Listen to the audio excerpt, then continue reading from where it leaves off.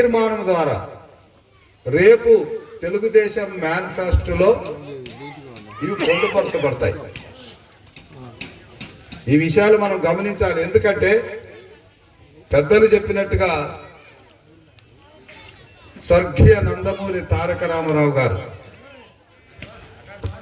1983లో party పెట్టినప్పుడు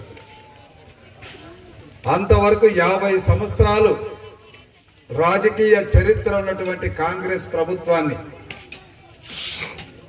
కూకటి వేళతో పెకిలించి బీసీలకు అంటే కొన్ని కుటుంబాలకు పరిమితమైనటువంటి రాజ్యాధికారాన్ని బీసీలకు పంచినటువంటి మొట్టమొదటి రాజకీయవేత్త నందమూరి తారక రామారావు గారు.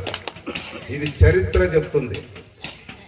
చరిత్ర తిరిగేస్తే ఒక 40 సంవత్సరాల చరిత్ర తిరిగేస్తే